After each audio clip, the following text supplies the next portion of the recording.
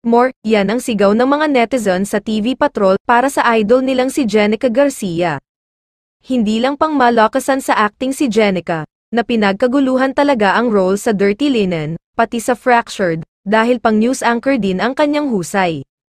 Matatandaang sumalang siyang star patroller sa TV Patrol, kasama ang kanyang katandem na si Mamshi Melay Cantiveros, maliban sa kanilang kwelang chemistry on cam, napansin ng mga manonood ang talento niya sa pagbabasa ng news items.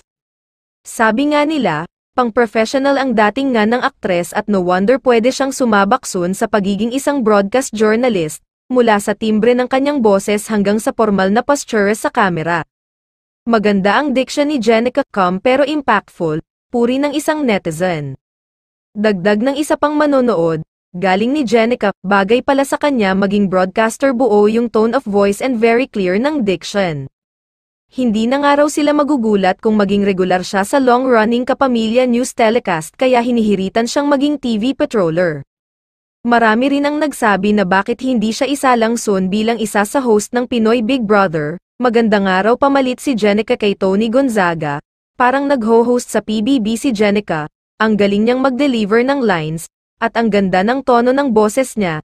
Sabi pa ng mga netizen, hindi nga lang sa aktingan palaban si Jenica, pati rin sa reporting at hosting. Sa ngayon ay wala pang reaksyon si Jenica sa comments na ito mula sa kanyang fans at kapamilya netizens.